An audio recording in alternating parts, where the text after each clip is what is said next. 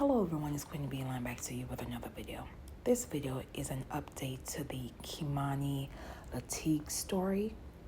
Before I begin, I would like to extend my continued support and condolences to the family and community at this time as you are grieving the loss of your child and loved one. According to reports, Kei'Mani Latigue's father, Darrell Jones Ogletree, accused of unaliving his minor child, has been indicted on 15 counts, which include 4 counts of aggravated homicide, 2 counts of SA, 3 counts of kidnapping, 1 count for aggravated burglary, 2 counts of endangering children, 1 count for gross abuse of a corpse, and 2 counts for tampering with evidence. According to the indictment, Darnell Jones Ogletree, on or about March 17th through March 18th, 2025, did purposely and with prior calculation and design cause the unaliving of Kei'Mani Latigue. According to court records, the case against Jones Ogletree is a criminal capital homicide case, meaning he could be eligible for the death penalty if convicted. Lucas County Prosecutor Julia Bates provided the following statement. Today, a Lucas County grand jury indicted a defendant for capital murder. This case involves one of the most heinous sets of facts I've seen in more than 40 years working in the Lucas County Prosecutor's Office. If not this case, then which case?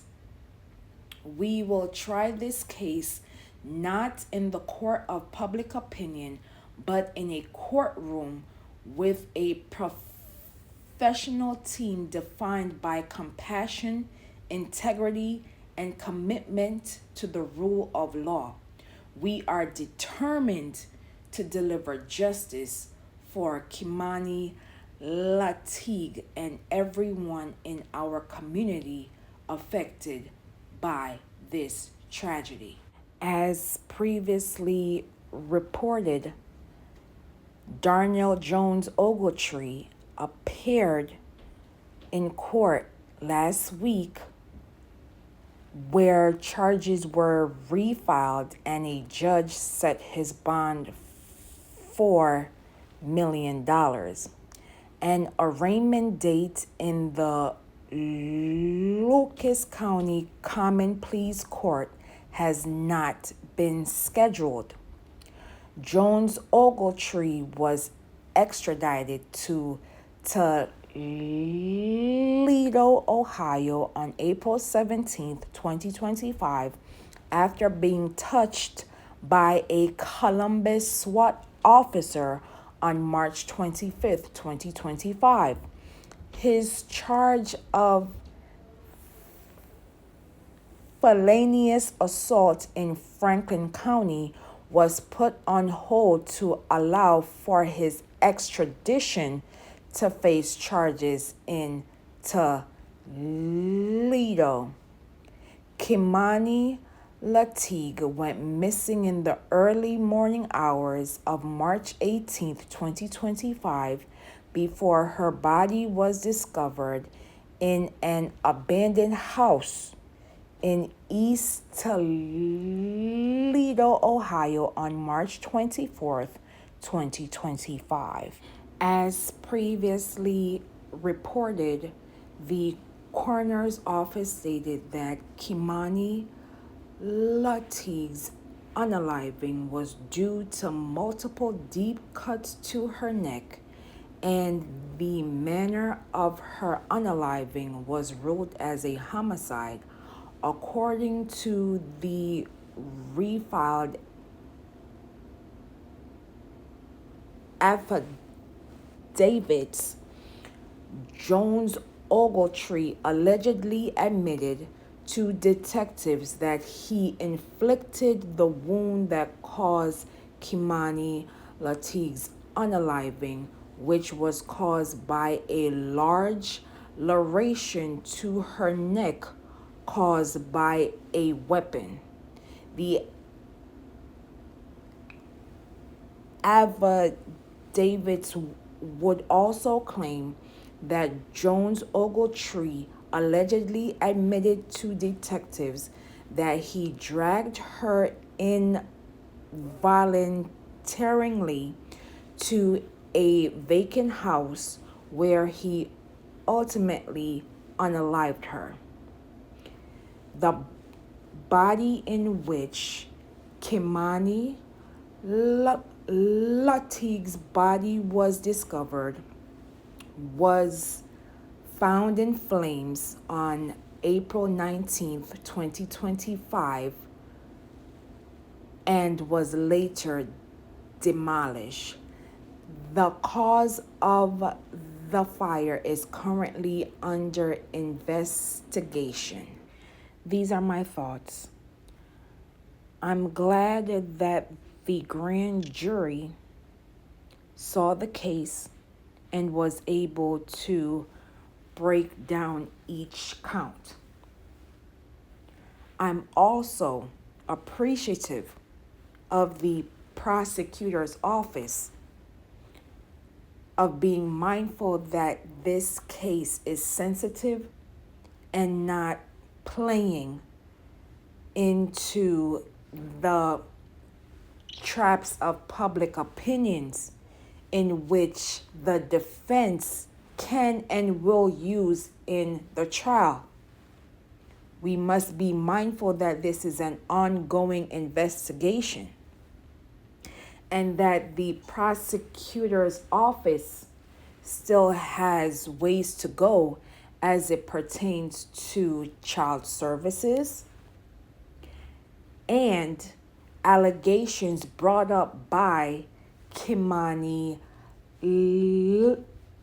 Latigue's classmates' parents, her teachers, bus drivers, and other persons who saw something was going on. I truly believe that once they are continuing doing their investigation, they will realize that persons were not reporting these unfortunate allegations. I truly believe that persons who were put in place in charge of Kei'Mani Latigue's case were not doing updates on this child. It is clear that persons were ringing the alarm, and child services, unfortunately, allowed this case to fall through the cracks. And now we are here doing commentary on another child being neglected, and now she is unalived by someone whom she knew. The public is not foolish. It's obvious that something was going on in that household. Persons noticed it, but ultimately child services dropped the ball. And now we are here. And I don't want persons to dismiss that aspect. Yes, we must allow the process to occur in getting justice for this child, but we must not neglect the other factors that should have protected this child when these allegations were being brought up. Again, this is a minor, So she is not going to express herself fully when she knows this is her only home at the moment. And I truly believe that Child Services dropped the ball in this case. And I'm going to continuously ask the question until it is answered truthfully. Why is it that when our children, why is it that when allegations are being brought up and persons are speaking up on their behalf, their cases are not taken as seriously as other children? Why is it that our children are neglected and forgotten? And when something unfortunate as this occurs, that is when persons are taking actions. We should not sit quietly. We should continuously ask questions on who knew what and when, and what protocols were taken in this case, and what can we learn from this case moving forward. That way another child does not meet the same or similar fate. We cannot just say thoughts and prayers. We have to put actions into ensuring our children's safety moving forward. According to Black and Missing Inc., in 2023, an estimated 224,706 persons of color were reported missing. Of that group, 162,755 were under the age of 18. Yet, missing minority children are grossly underreported in the news, which brings me to my analysis of treating missing persons cases as criminal cases. We all have places to go. So if persons are not at their location, obviously something went wrong. And we must address the biases as it pertains to missing persons, especially when they're Black. Let's be honest.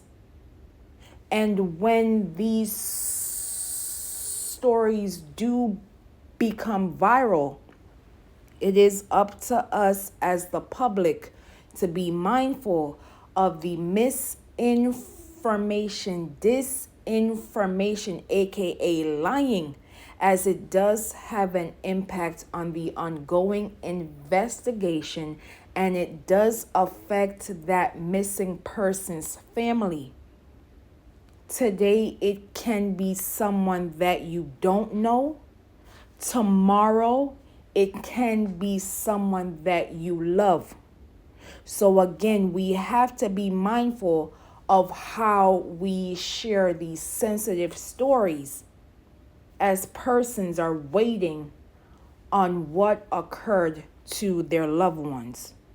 I will leave in the comments and description below for organizations and hotlines as it pertains to missing persons cases, in addition to child welfare.